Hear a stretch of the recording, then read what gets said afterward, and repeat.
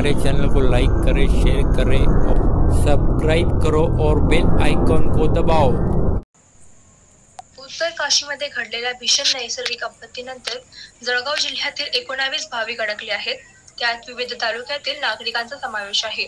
अशा भाविकांपैकी केवळ 3 जणांशी जिल्हा प्रशासनाचा संपर्क झाला आहे. त्यापैकी उर्वरित 16 जण अद्यापही बेपत्ता आहेत. या संदर्भात जिल्हा प्रशासनाकडून युद्ध पातळीवर संपर्क प्रस्थापित करण्याचे प्रयत्न सुरू आहेत. उत्तर काशी येथे काही दिवसांपूर्वी अचानक भूस्खलन व मुसळधार पावसामुळे काही रस्ते पूर्णतः बंद झाले, ज्यामुळे अनेक भाविक अडकल्याची माहिती समोर येत आहे. अशा परिस्थितीत जळगाव जिल्ह्यातील 19 जण अडकल्याचे समोर आले आहे.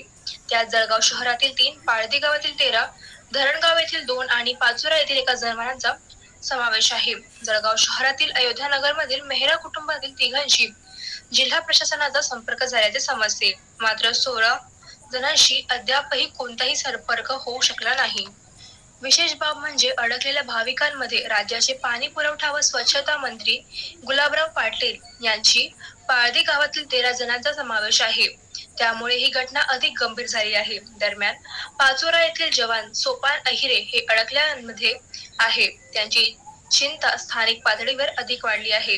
धरणगावमधील 2 जण आणि इतर तालुक्यातील भाविकांनी उत्तर काशीत यात्रा करण्यासाठी प्रयाण केले होते.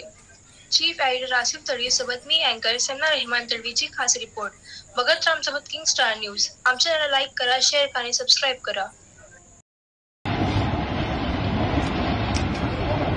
सब क्या